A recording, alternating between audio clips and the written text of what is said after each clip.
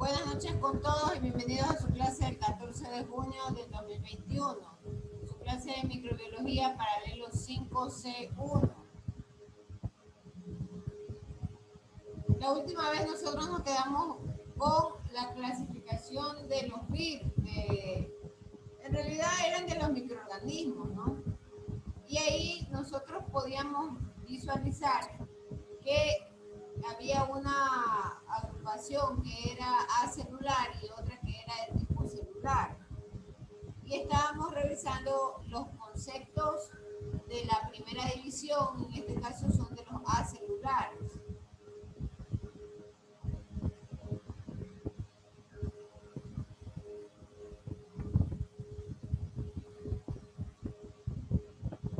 Había quedado también en distribución la pantalla de el link donde pueden ustedes encontrar la presentación, ¿no? Del slide share. Es una página libre, ¿no? Con presentación.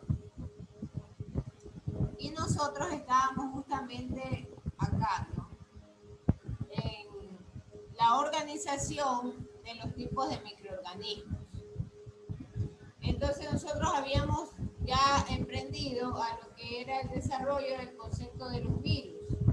Entonces, por favor, el que nos diga,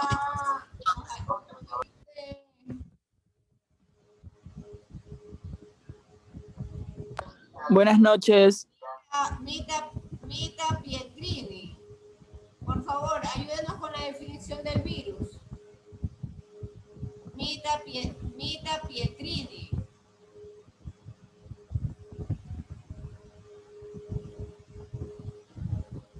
Por favor, si no tienen audio, pueden escribir en el chat, pero lo importante es que siempre estén activos en la clase y no dejen abandonada la conexión. Mita Pietrini, por favor, defina lo que es el virus. Pueden apagar sus cámaras, eso no importa. Pero lo que yo requiero es que ustedes estén atentos con la clase y que puedan contestar, sea vía chat o sea con el audio, ¿no? A ver, ayúdenos, Jairo Vadillo, la definición del virus. Don Jairo, por favor, conteste.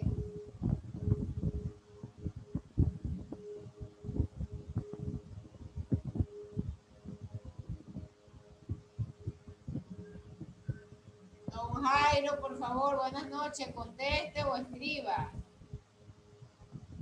Sí, buenas noches, Mate. Disculpe que estaba con el micrófono.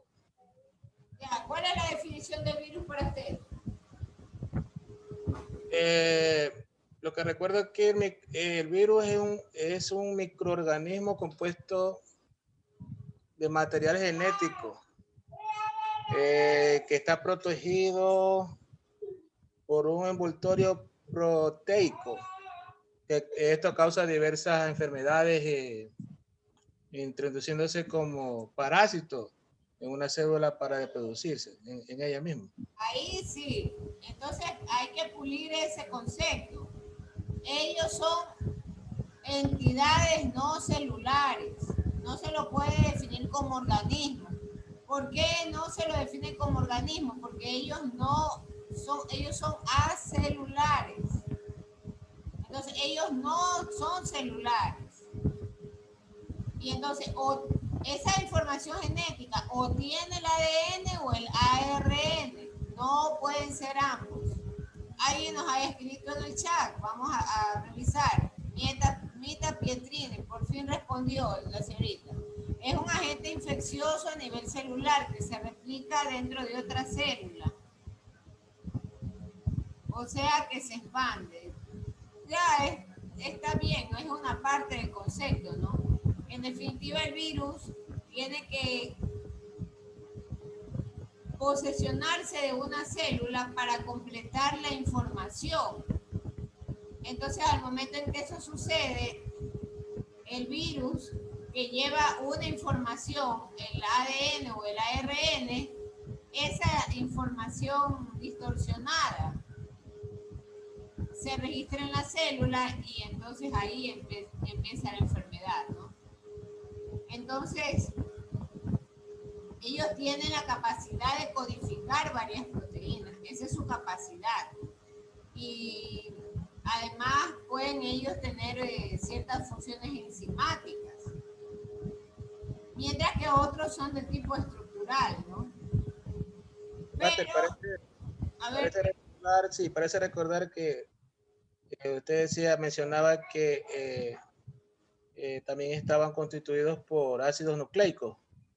sí, la estructura, pues la estructura que es la cápsida, eso les protege.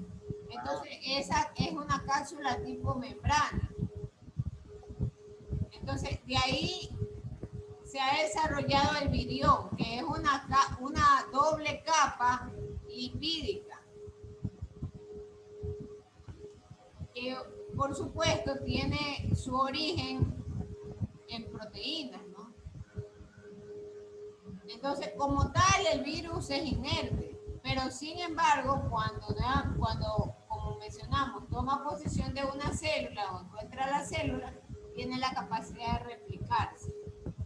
Se replica el ácido nucleico, ¿no? Y por supuesto obtiene la energía. Entonces de ahí veíamos nosotros los viroides. ¿Qué son los viroides? Bayro Jiménez. ¿Qué son los viroides?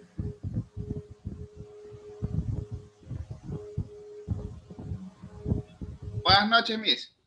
Son partículas. Ellos son partículas subvirásicas. Subvirásicas. Sí, son partículas subvirásicas. Entonces ellos también tienen una pequeña molécula circular, tienen una pequeñita molécula del ARN y es de una sola hebra.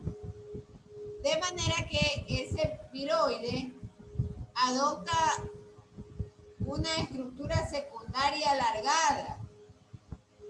Entonces, ante la visualización del microscopio suele lucir extenso. Pero es importante mencionar que el viroide carece también de capacidad codificadora. El viroide no codifica la proteína y muestra cierta semejanza con intrones autocatalíticos. Por lo tanto, es posible representar secuencias intercaladas de esos genes en el transcurso evolutivo de la enfermedad, ¿no? O como parte de su evolución. Entonces, continuemos con muchas gracias a los que han participado y continuamos con las láminas, ¿no? Entonces, ahí tenemos al grupo viroides, priones y viroides, ¿no? Que esos priones y esos viroides son partículas subvirásicas.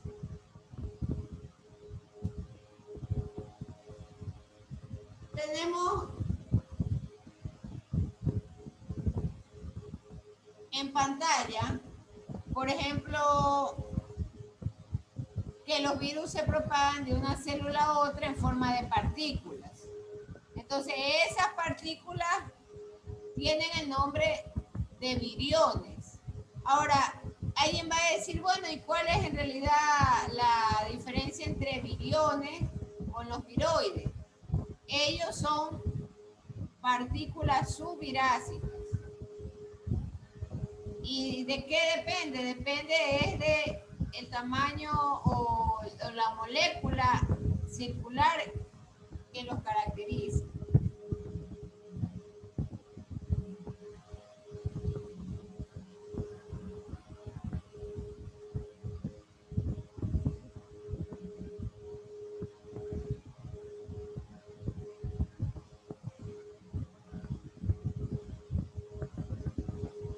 Entonces, ahí tenemos la composición como tal del virus, ¿no? El virus está formado por ácido nucleico. el ADN o el ARN que hemos mencionado, ¿no? Que nunca se van a encontrar los dos juntos, porque si no ya eso sería la información genética que caracteriza la célula. Entonces el ácido nucleico de los virus constan de una sola molécula. Y esa molécula puede ser abierta o puede ser circular.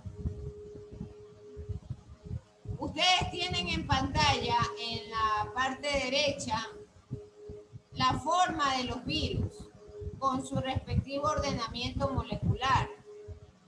Y entonces a esto es que se refiere cuando menciona que pueden ser de estructuras abiertas o pueden ser circulares. Ahí está también el cápside, que es esta estructura regular, o también conocido como cubierta de naturaleza proteica, ¿no? Y justamente esa cápside rodea al ácido nucleico y está formada por muchas subunidades. Entonces, el cápside, que es la estructura regular, puede tomar de forma poliédrica o helicoidal.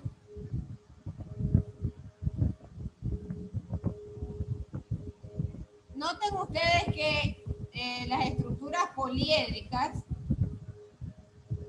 o dentro de la estructura poliédrica del virus, las más frecuentes son los icosaedros, es decir, que tienen 20 caras este poliedro, ¿no? Y tienen forma de triángulos equiláteros. Un ejemplo de este tipo de cubierta que tiene 20 caras es el virus de la verruga y el de la poliomielitis. Los virus helicoidales, en cambio, como dice su nombre, tienen forma de hélice y tienen una especie como de cilindro en cuyo interior se encuentra el ácido nucleico. Un ejemplo de esto es el virus del tabaco, de la hoja de tabaco. Si ustedes hacen memoria, se recordarán que realmente fue así como se empezó a estudiar el tema de la virología, ¿no? Y más que todo a buscarse nuevas opciones para fortalecer los sistemas inmunológicos de los seres vivos. Y fue justo a partir del descubrimiento del virus de la hoja del tabaco, el virus del tabaco. Hay virus más complejos o mixtos, que en cambio ellos tienen la particularidad de combinar estructuras. Entonces, por ejemplo, los bacteriófagos, ellos tienen una forma de cabeza icosaédrica. Y además tienen una cola. Y esa cola, justamente por medio de un cuello, se une a la placa basal de las espinas basales y es un sistema o un mecanismo de fijación de la bacteria. En las figuras que tienen ustedes al costado, en el lado derecho, ahí pueden ver como justo la figurita que tiene forma de araña, ¿no?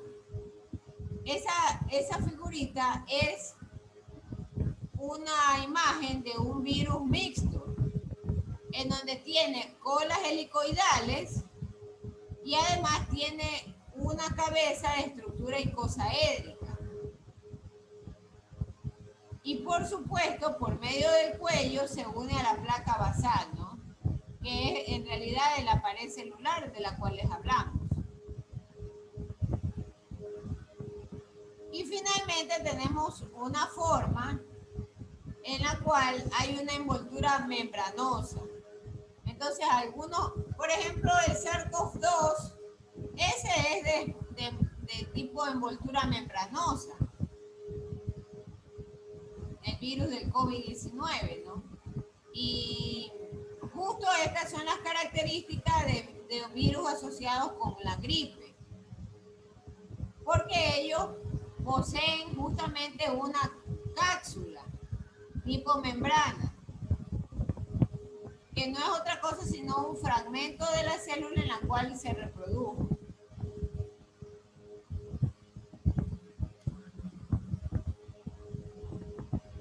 Es la corona.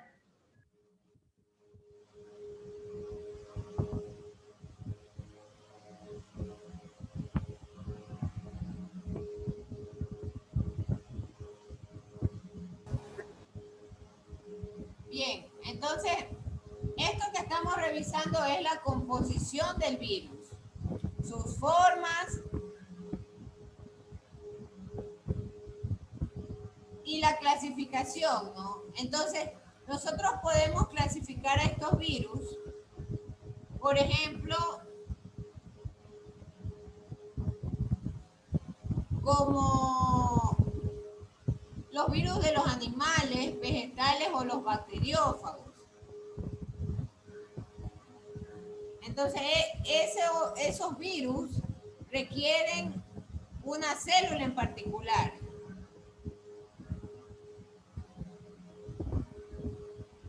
Luego también se pueden clasificar los virus por la forma de su estructura regular o la cápsida. Entonces, la cápsida, como lo hemos visto, puede tener 20 caras, pueden ser poliédricos, pueden ser helicoidales o pueden ser complejos. Hay otros virus, en cambio, que no tienen envoltura. Entonces, son virus prácticamente que no poseen esa cápside, ¿no? Con forma alguna o determinada.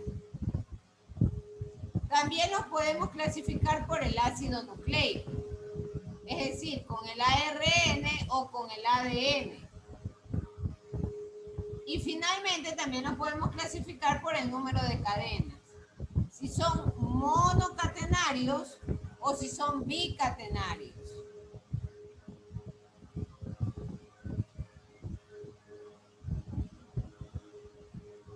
Allí tenemos el cuadrito para una mejor visión de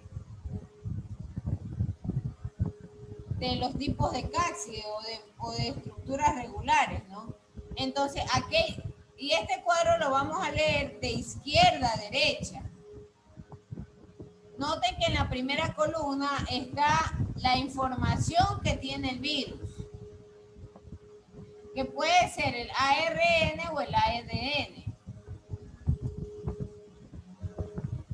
De manera que, por ejemplo, aquellos virus que tengan ARN pueden tener forma helicoidal o poliédrica. Y cosa igual sucede, ¿no? Si son helicoidales o poliédricos, estos pueden tener una envoltura o pueden estar desnudos como tal, los virus.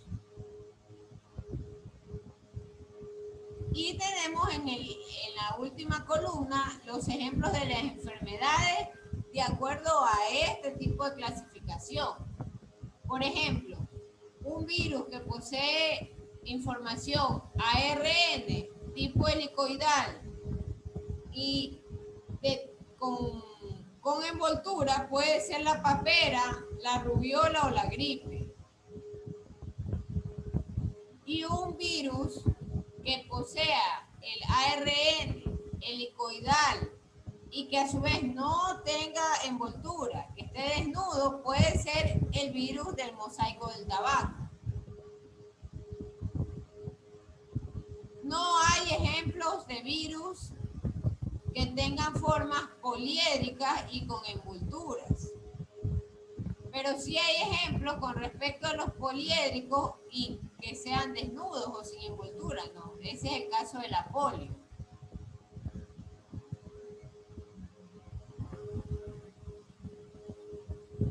Finalmente, en ese cuadro tenemos aquella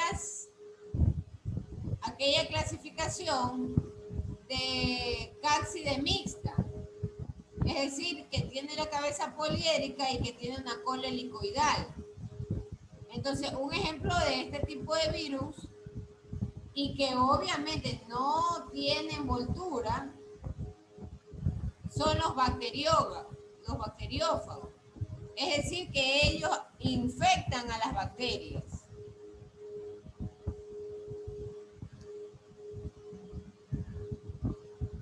Veamos los viriones. Entonces, los viriones son virus que están en la fase extracelular y ellos no realizan ninguna actividad fisiológica, por lo que ellos no requieren sintetizar proteínas ni utilizar energía. Son estructuras inertes. Entonces, el ácido nucleico viral normalmente se replica cuando ya la célula está infectada. Este término de la maquinaria celular es todos los componentes al interior de la célula. A eso es que se refiere ese término de la maquinaria celular. Miss, y en la coloidal también entraría el virus del SIDA. Claro, el SIDA, recuerde usted que es un virus que también requiere de encontrarse con la célula, ¿no? Y el SIDA tiene la propiedad, o el VIH tiene la propiedad de atacar directamente el sistema inmunológico. Entonces, hay dos formas también de acción de los viriones, que no son otra cosa sino los virus en fase extracelular. Entonces, ellos pueden originar nuevos virus por la vía lítica, es decir, generan la destrucción de la célula cuando se integran al cromosoma celular, o por vía lisogénica.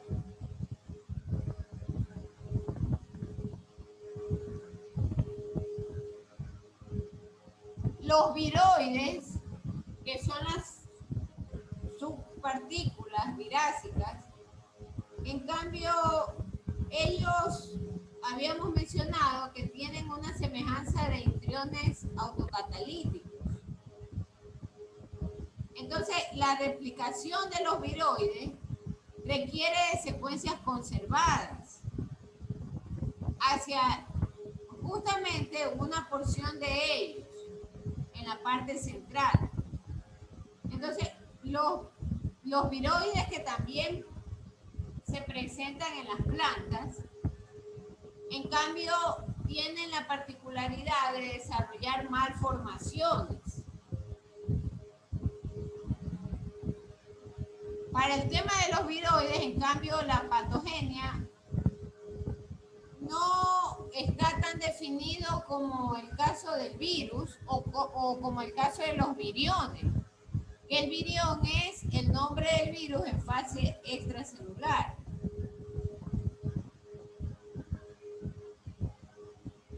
Además de eso, en el caso de los viroides no hay un indicio claro que altera la expresión genética. Sin embargo, la presencia de ellos ayuda a que el virus module su acción de virulencia, ¿no? Uno de los ejemplos o de los casos estudiados justo fue la hepatitis. Entonces, la hepatitis, que posee el ARN de tipo viroide, requiere para su transmisión la colaboración del virus de la hepatitis B. Es un trabajo en conjunto. Pero eso es para su transmisión, más no para la réplica. Entonces, el viroide de la hepatitis que requiere la contribución del virus de la hepatitis B se empaqueta en partículas similares a la de este virus. Eso pensando en la acción hacia los humanos. Pero hay viroides también vegetales y los viroides vegetales tienen otro comportamiento. Los viroides vegetales, de hecho, no requieren de la colaboración de otros virus. Otra subpartícula también subvirásica son los ARN satélites. Entonces, son moléculas de tamaño similar al de los viroides. Van en un rango de 330 a 400 bases. Esa es la unidad en la cual se mide el tamaño. Y usualmente los ARN satélites son empacados en cápsidas. Y estas cápsidas dependen de determinadas cepas de los virus. Y solo se replican en presencia de un virus colaborador. Los ARN satélites, ¿no? Y ellos, por supuesto, aumentan o disminuyen el fenómeno patológico del virus. El siguiente grupo es el virusoide. Entonces, el virusoide, en cambio, está constituido por el grupo de ARN satelitales que no son infectivos. Y estos virusoides están presentes en el interior de las cápsulas o de las estructuras de ciertos virus, los virusoides. De manera que su estructura tiene mucha similitud con los viroides. Y por supuesto los virusoides, en cambio, se replican junto al virus colaborador.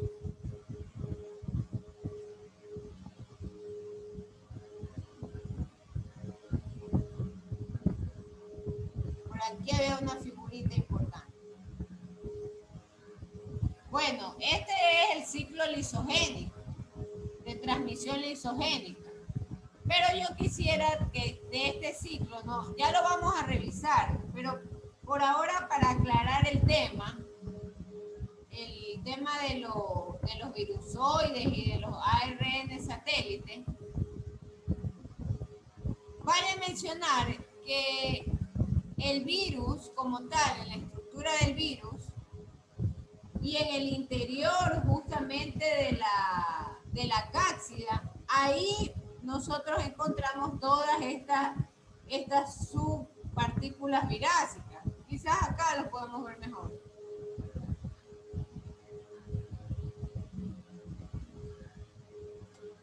Y vamos a ampliar esto.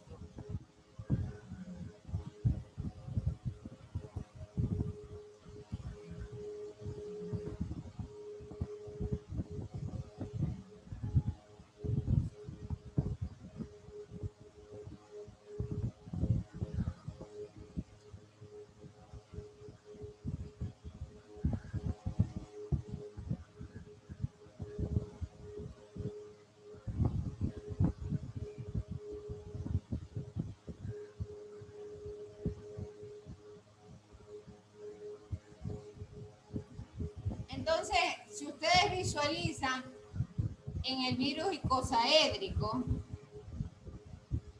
esos que parecen bolitas, que dan la forma de las caras, esas son las partículas subvirásicas. Porque recuerden que finalmente todas esas moléculas unidas es lo que va a contener justamente el ARN que necesita completar o replicar la información. Entonces, en esas partículas, por ejemplo, se encuentran los ARN satélites, están los virusoides y están los priones.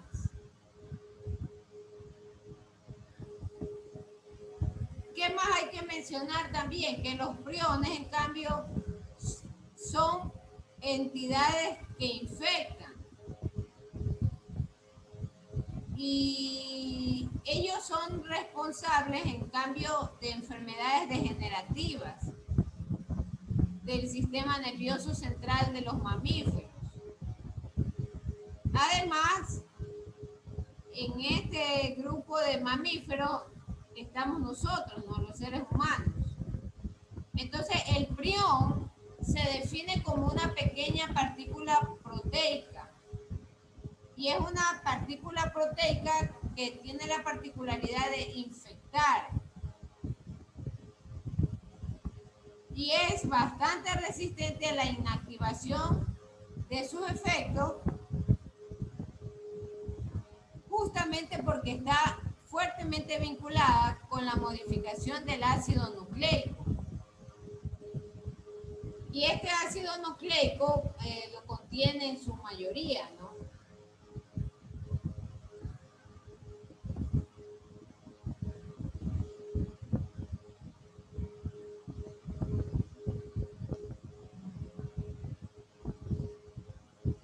A diferencia, en cambio, de los virus, los priones como tal no tienen ácido nucleico y están codificados por un gen celular. Y aunque ellos se multiplican, en cambio los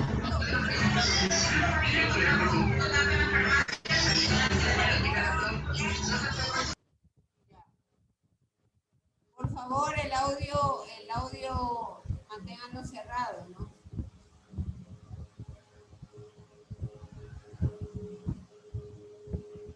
Entonces, estábamos hablando de los priones.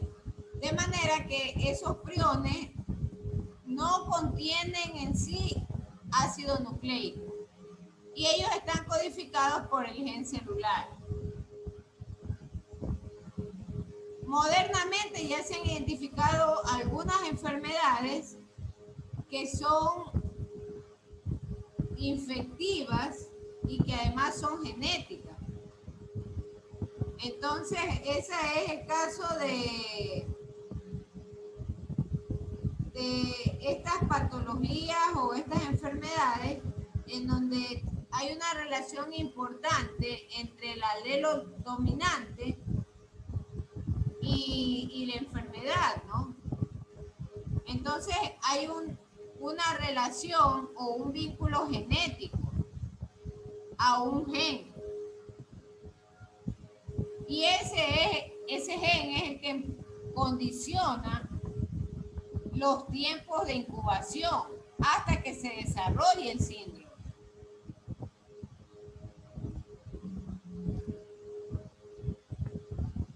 Voy a hacer preguntas porque usualmente, como explicaba desde el inicio de la clase, estos conceptos son complejos.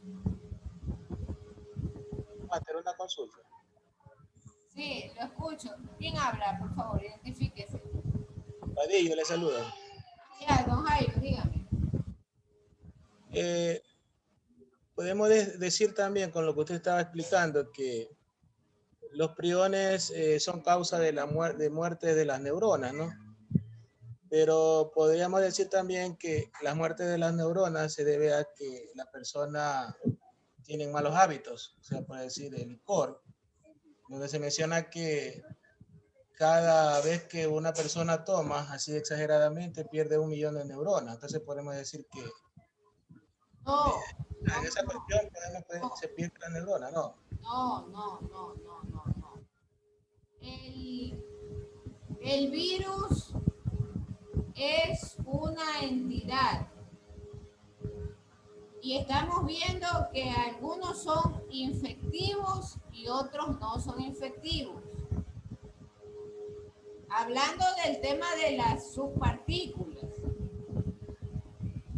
Entonces las moléculas de las estructuras estructuras que nosotros veíamos en la figurita, nuevamente lo pongo justamente para poder aterrizar este concepto. Esas moléculas que ustedes ven unidas ahí en su cuadrito del lado derecho, esas moléculas son las que contienen estas partículas subvirásicas. Entonces, ahí yo tengo al grupo constituido por los viroides, por los ARN satélites, por los virusoides y los priones. 5 clases de partículas subvirásicas. Pero, por ejemplo, los viroides, ellos son infectivos. O sea, ellos ayudan a que se prolifere la infección. Y ellos tienen estructuras alargadas.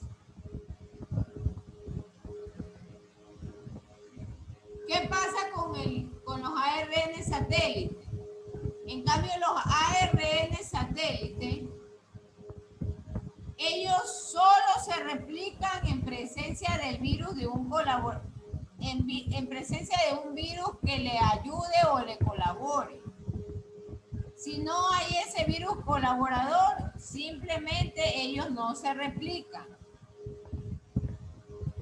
Y ellos son como un efecto parlante. Es decir, ellos aumentan o disminuyen los efectos patógenos en sí del virus. Esos ARN satélites. Entonces, ojo, ellos bajo la definición de que si son infectivos, ellos no son infectivos. Ellos se replican solo en presencia de un virus colaborador y además ellos o aumentan o disminuyen el efecto patógeno.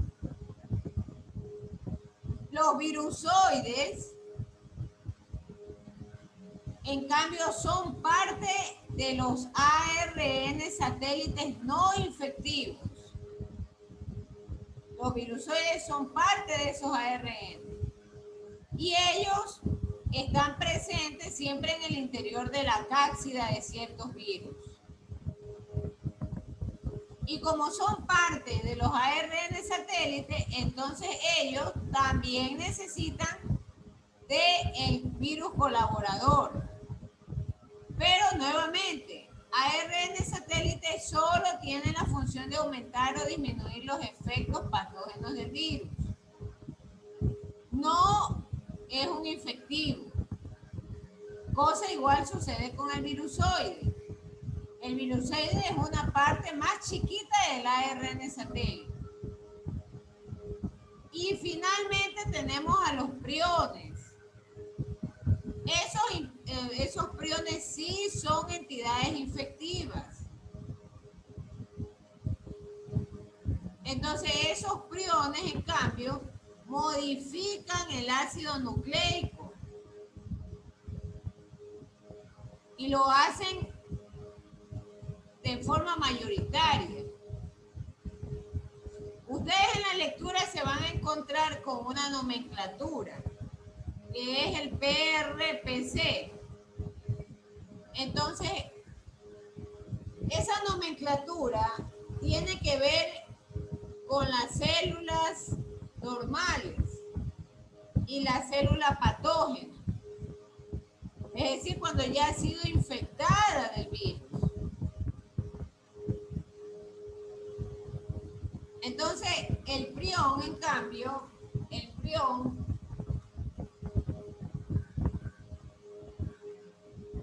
ellos no tienen ácido nucleico propiamente, ¿no? Y están codificados por el gen celular. Como ellos son de carácter infectivo, ellos también se multiplican. Y por supuesto, esos priones tienen moléculas que siempre se van a reflejar en su hospedador o en este caso en su huésped, ¿no?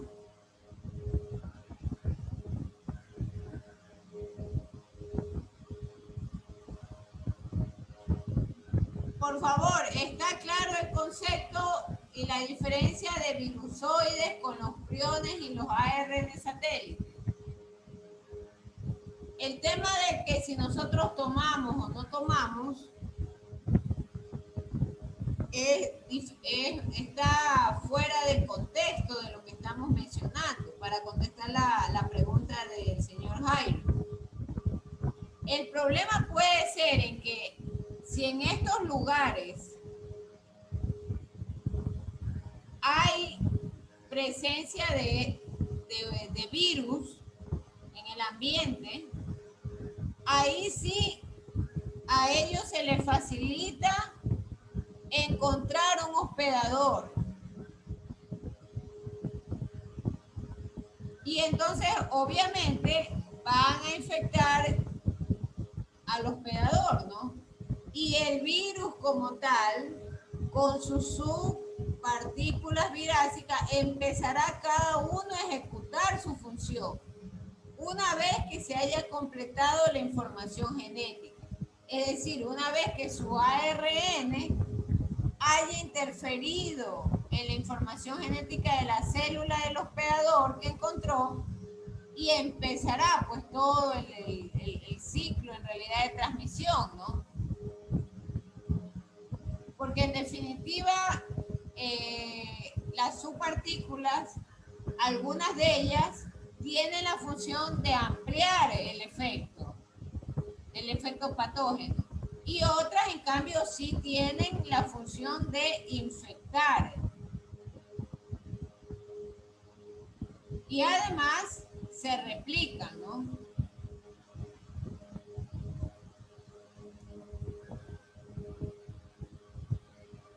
Entonces, ahora yo hago preguntas antes de cerrar la conexión.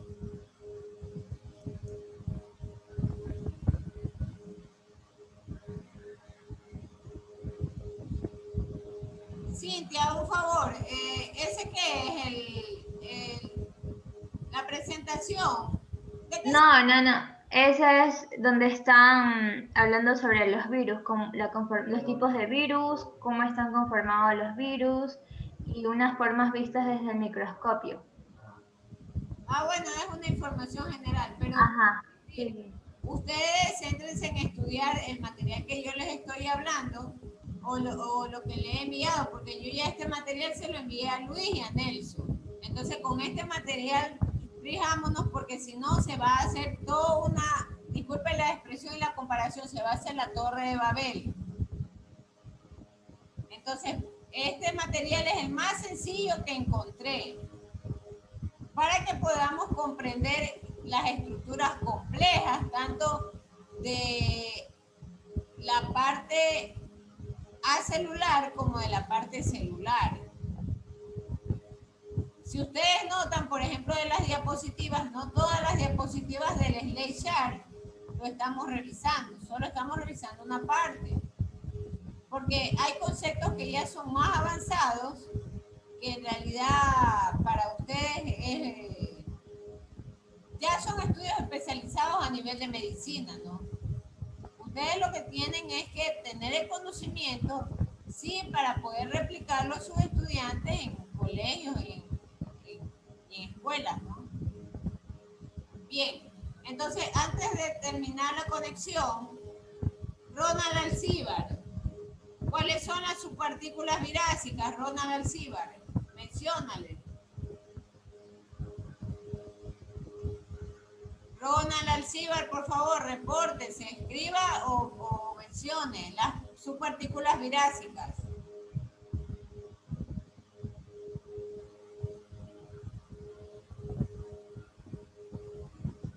Escríbalo, así es. Lo pueden escribir o lo pueden... Pero yo necesito saber que están del otro lado prestando atención.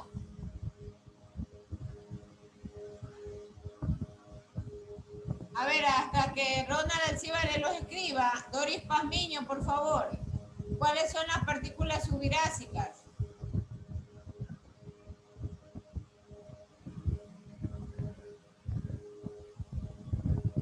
Mercedes Bustos escribió ya una. Correcto. Viroides, priones, ¿qué más? Doris Pazmiño, por favor, repórtese. Sí, mis buenas noches, virusoides, ¿Cuáles son, si no me equivoco. Doris? Viroides, ¿Quiénes más? ¿Qué más? virusoides ¿Qué más? y priones. ¿Y qué más? Falta uno. Los virus satélites. Doña Mercedes Bustos ya lo escribió, los ARN satelitales. Gracias. Gabriela Cervantes, ¿cuál es la diferencia entre los virusoides y los ARN satélites?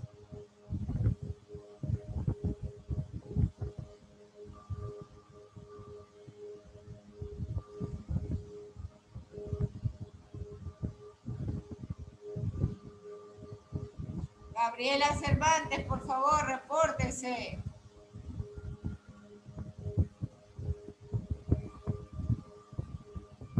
Adrián Macías, repórtese.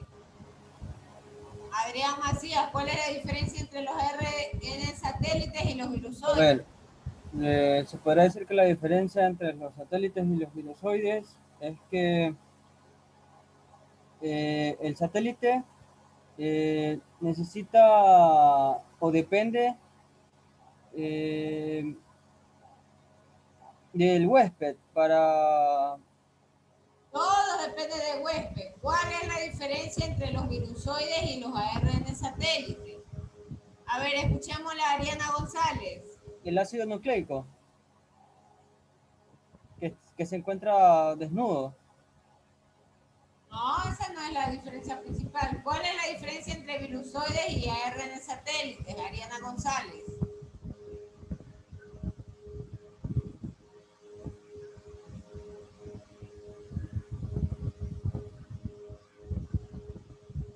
Denis Zambrano, por favor conteste, ¿cuál es la diferencia entre los ARN satélites y los virusoides?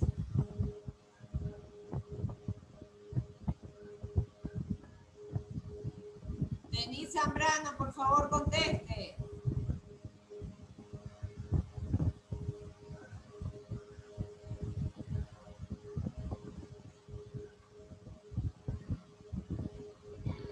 Mis buenas noches, yo, Ping, puedo decir Perdón, Fernando, diga.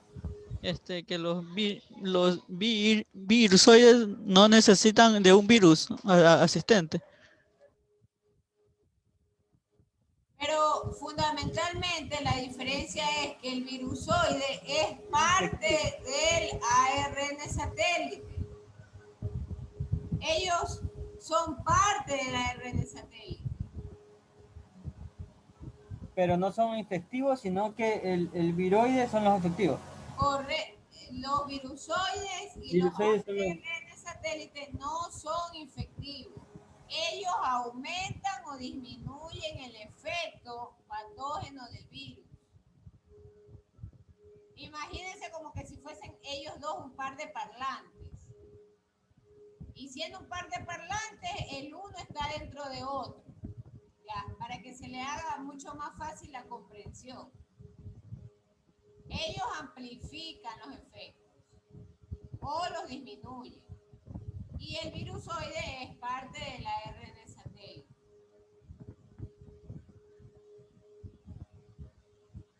¿Quiénes necesitan del virus colaborador?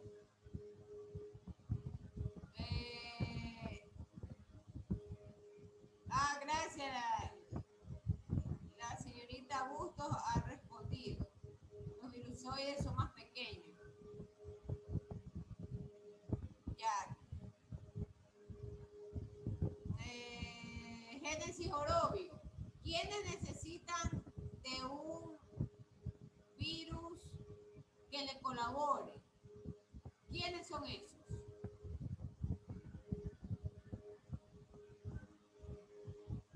Génesis Orobio, por favor, conteste.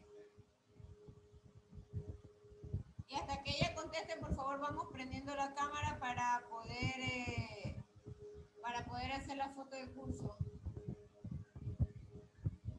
Génesis Orobio, le estamos esperando su respuesta.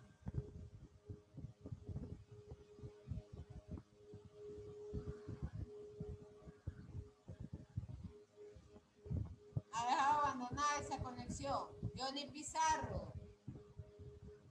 ¿Quiénes requieren de un virus colaborador?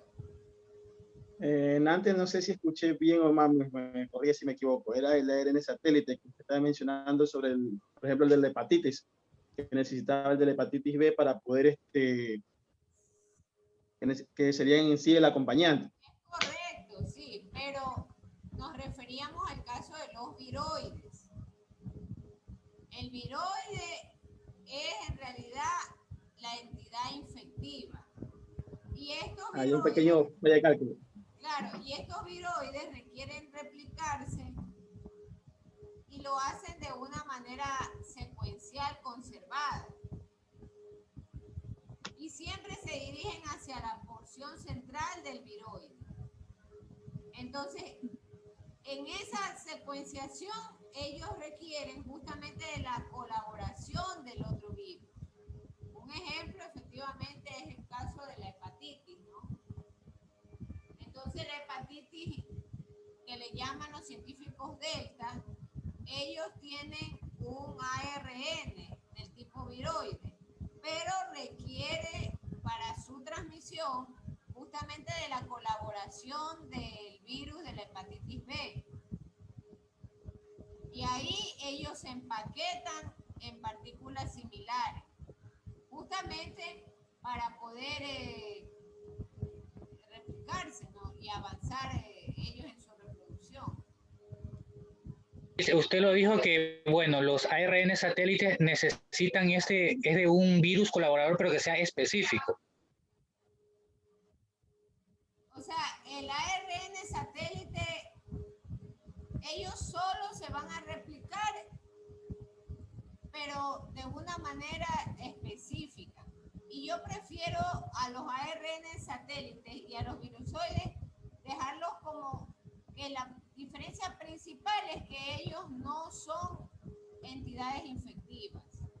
Ellos son, en cambio, aumentan o disminuyen los efectos del virus como tal. El infectivo que requiere para poder concretar toda la secuencia de réplica es el caso del viroide. Entonces, el viroide va progresivamente avanzando hacia la porción central justamente del viroide, ¿no? Y entonces esos viroides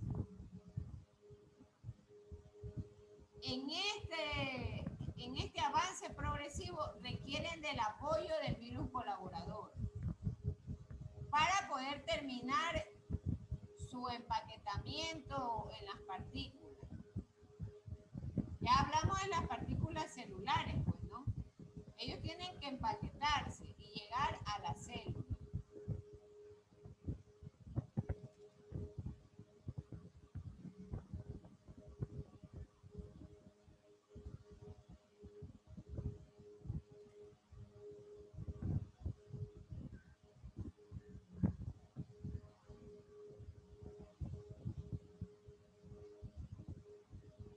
Bien, terminamos la conexión con 35 personas, que son Adrián Macías Méndez, Adriana Ramírez, Ariana González, Ronald Alcíbar, Mercedes Bustos, Byron Jiménez, Denis Zambrano, Doris Pazmiño, Elvis Ayala, Evelyn Guzmán, Fernando Pin, María Teresa Ford, Gabriela Cervantes, Genesis Orobio, Cindy Piales, Jairo Vadillo, Joan Ramírez, Johnny Pizarro, Yulei Sánchez, Katia Alvarado, Lilibet Castañeda, Lisset Cochea, Luis Antonio Rosales, Luis Rosales Mendoza, Maylin Zambrano, Ariana Marcillo, Natalie Tomalá, Lorena Navas, Nelson Alvarado, Rebeca Tumbaco, Ellen Rentería, Sharon Flores, Kareli Sinche, Tomás Morán y Jocelyn Mite.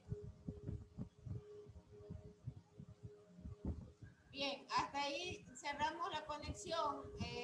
Va a quedar una tarea, ¿no? Y por favor revise el material que se ha dejado colgado ya en la plataforma. La tarea tarea también de los experimentos, está la instrucción también bien específica en la plataforma, que tienen que citar los experimentos más importantes que dan de baja la teoría de la generación espontánea de la vida. Me hizo una pregunta, disculpe si la molesto. A ver, diga. Es con respecto a la tarea, Miss. Es que hay, algunos estamos confundidos. En mi caso, yo estoy confundido. Porque la designación que usted puso ahí decía 4 experimentos que refuten la ley espontánea, la teoría espontánea. Y de esos 4 experimentos, en lo que me concierne a mí, yo encontré 3 experimentos, los cuales los escribí, los dije con mis palabras y los subí. Y hay un experimento, hay otras teorías en la que habla de que, o sea, son descubrimientos, pero no realizaron experimentos. Mi consulta es esta. Ahorita está diciendo que son 2 experimentos, que había uno que resolvió con sus propias palabras, pero se interpreta de otra manera en la asignación, que eran 4. Bueno, ya como usted lee en la teoría, hay un sinnúmero de experimentos. Pero de ese sinnúmero de experimentos, que creo que son como 12 o 10, usted solo seleccione 4, nada más. Solo seleccione 4. Y de esos 4 explique por qué los seleccionó y por qué los consideró más importantes. Ya me hice ahora otra consultita. ¿Sí está claro? ¿Sí me expliqué? Sí, Miss. No, lo que pasa es que tenemos otro pequeño inconveniente. Lo que pasa es que, bueno, en mi caso yo subí la tarea, pero lo subí con 3 experimentos. Pensé que lo podía editar porque hice el cuarto, pero resulta que la información tiene una especie de candado y no se puede volver a editar. No sé, pregunto si que está en sus manos de podernos ayudar y poder volver a abrir. Por eso vuelvo a insistirle. Usted tiene que subir la información completa y puede subir hasta 3 o 4 archivos. Usted puede subir hasta 3 o 4 archivos. Ya no permite, Miss. Pero una vez que ya la opción no permite. el botón de enviar, ya no hay marcha atrás para eso, ¿no? Ah, ya, ok. Entonces quedaría con lo que se subió. No puedes editar el deber, no te salen editar para que edites y agregues la tarea adicional. Puedes editar. No sale nada. Ya aplastaba el botón de enviar, ese es el problema. Y al momento Sí, ya está todo enviado ya. Y en el momento en que aplasta el botón de enviar, ya ahí la plataforma para él se cierra. Pero Miss, creo que cuando uno, aunque lo envíe, uno lo puede eliminar el archivo porque todavía no se ha cerrado, pues. Se puede borrar, borra la tarea que enviaste y vuelve a subir. ¿Sí se puede? A ver, escuchen, acuérdense que yo solamente di esa tarea, ya estaba anunciada, y yo creo que di 8 días. ¿Cuándo se cierra la tarea? Yo no lo recuerdo. El día miércoles, Miss. El 16. Ya, entonces él tiene que borrar su envío y volverlo a subir. Sí, pero no se puede. Está bloqueada ya, Miss. O sea, por esta ocasión, yo le voy a aceptar solo por esta ocasión, pero no se puede volver a repetir, disculpe. Si ya usted sube los archivos es porque usted está completamente seguro de lo que va a enviar. Yo no puedo estar reabriendo la plataforma por ninguna persona. Y eso lo No, Miss, sí se entiende. Y eso lo conversamos al inicio de la clase. Bueno, en parte es algo de culpa de nosotros mismos, por lo que realmente, bueno, es la primera, en semestre que tengo online, la primera vez que me pasa, porque anteriormente los másteres te permitían editar y volver a subir, pero bueno, en mi caso es la primera vez que me pasa. Si le faltó un experimento, bueno, habría que analizar qué es lo que ha enviado, ¿no? Porque Sí. hay que analizar qué es lo que usted ha enviado. Ok, bien. Muchas gracias. Ya, no sé si hay alguna otra pregunta.